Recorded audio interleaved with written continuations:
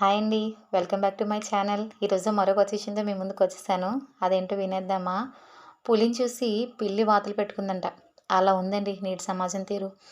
ఎవరో ఏదో చేశారని, ఎవరో ఏదో కొనుక్కున్నారని, మరి ఇంకెవరో గొప్పగా తిరుగుతున్నారు, నేను అలా ఉంటాను అంటే అస్సలు కుదరదండి. ఎందుకంటే వారికున్న స్థాయిని బట్టి వారు తమ జీవనాన్ని కొనసాగిస్తున్నారు. మనకున్న స్థాయిని బట్టి మనం మసులుకోవాలి. లేదు నేను వారికి వల్లే ఉంటాను, వారికి వల్లే గొప్ప గొప్పగా తిరుగుతానని అనుకుంటే మాత్రం మొదటిగా ప్రశాంతతకు దూరమైపోతాం. రెండవది అప్పుల పాలైపోతాం. తర్వాత కుటుంబంలో మనశ్శాంతి అనేదే ఉండదండి. మీకొక చిన్న స్టోరీ చెప్పనా? కాళ్ళు లేని వాడి దగ్గరికి చెప్పులు లేనివాడిని తీసుకెళ్ళి చూపిస్తే వాడు ఎంతటి అదృష్టవంతుడో తనకు అర్థమవుతుంది. ఎప్పుడు కూడా మనకంటే తక్కువ స్థాయిలో ఉన్నవారిని చూసి వాళ్ళకంటే నేను బెటరే కదా అని సంతోషపడి సర్దుకుపోవాలి కానీ, మనకంటే ఎక్కువ స్థాయిలో ఉన్నవారిని చూసి అసూయపడి అప్పుల పాలైపోవడం అవసరమా చెప్పండి?